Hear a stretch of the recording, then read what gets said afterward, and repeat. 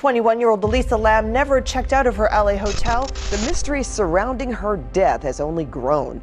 Her name was Elisa Lam. A grim discovery at a downtown LA hotel. Police say the body found in a hotel water tank.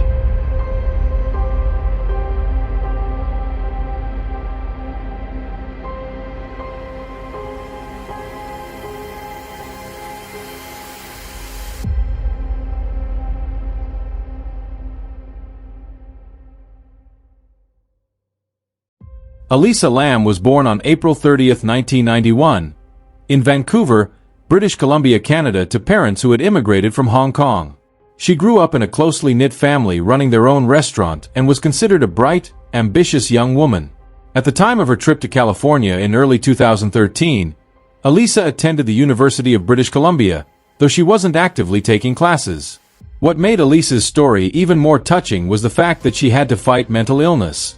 She was diagnosed with bipolar disorder and depression, two of the biggest mental health disorders that have the ability to affect a person's mood, thoughts, and behavior in a very serious manner. Elisa was open to sharing her trials on her blog, where she documented her struggles with mental health and the way it would affect daily life. She had been prescribed medication to stabilize her bipolar disorder with mood stabilizers and antipsychotic medication. It was never clear if she had actually been taking this medication continuously as prescribed, which could have been a contributing factor in the events leading up to her death. In January 2013, Elisa Lam embarked on what she had hoped would be a fun-filled solo tour across California. She called it her West Coast Tour, through San Diego, Los Angeles, and San Francisco.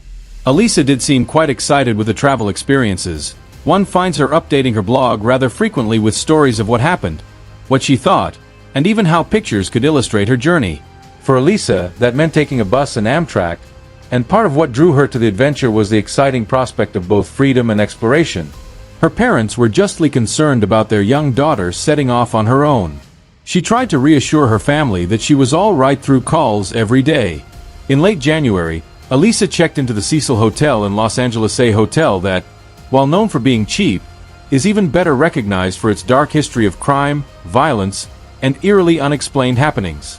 Nestled deep in one of the grittier sides of town, the hotel was just blocks away from Skid Row, a neighborhood lined with a large population of homeless people and a high crime rate. Although Cecil Hotel has a long story of ill repute, her knowledge of the same is unknown. Hotel staff last saw Elisa on January 31, 2013.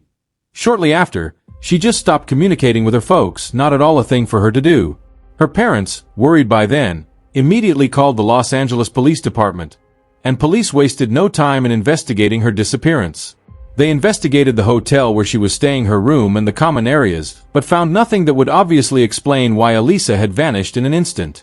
The LAPD turned the investigation on its head when they released a spooky security camera video of the elevator at the Cecil Hotel on February 1, 2013, the day after Elisa was last seen. In that eerily odd footage, she acts strangely and erratically. She hits several buttons of different floors while entering the elevator and stays inside upon its door not fully closing. She peers out of the elevator cautiously, as if she were looking for somebody, then goes in and out, hands gesticulating in odd ways as if she were talking to somebody. The door also stays open for a really long time, adding further strangeness to the video.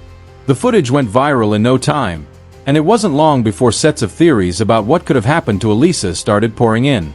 Some believed she was being pursued by someone. Some even believed she must have had some kind of psychotic episode induced, probably due to her bipolar disorder.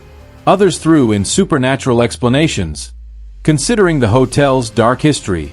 In any case, no actual evidence came forth from the video to explain what had occurred.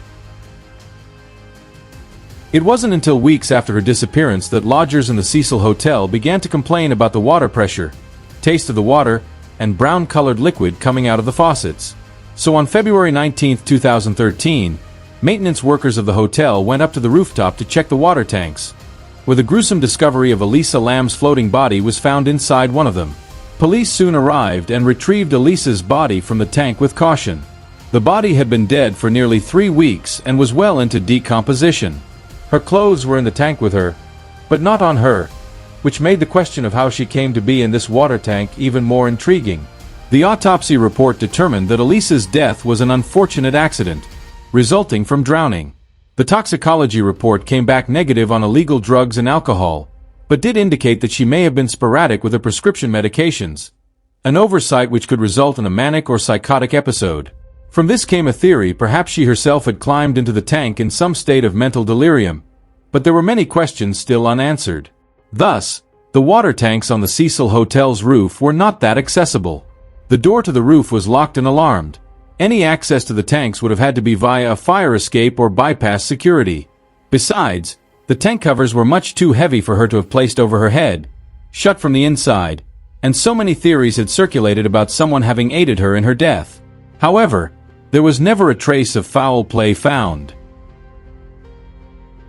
The story of Elisa Lam remains one of the most mysterious and sad stories ever to have been heard in recent times.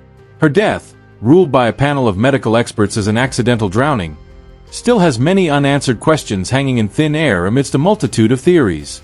Was it a result of some mental health crisis? Or could there be something even more sinister? The footage that captured her inside the elevator and the circumstances in which her body was found made matters even grayer.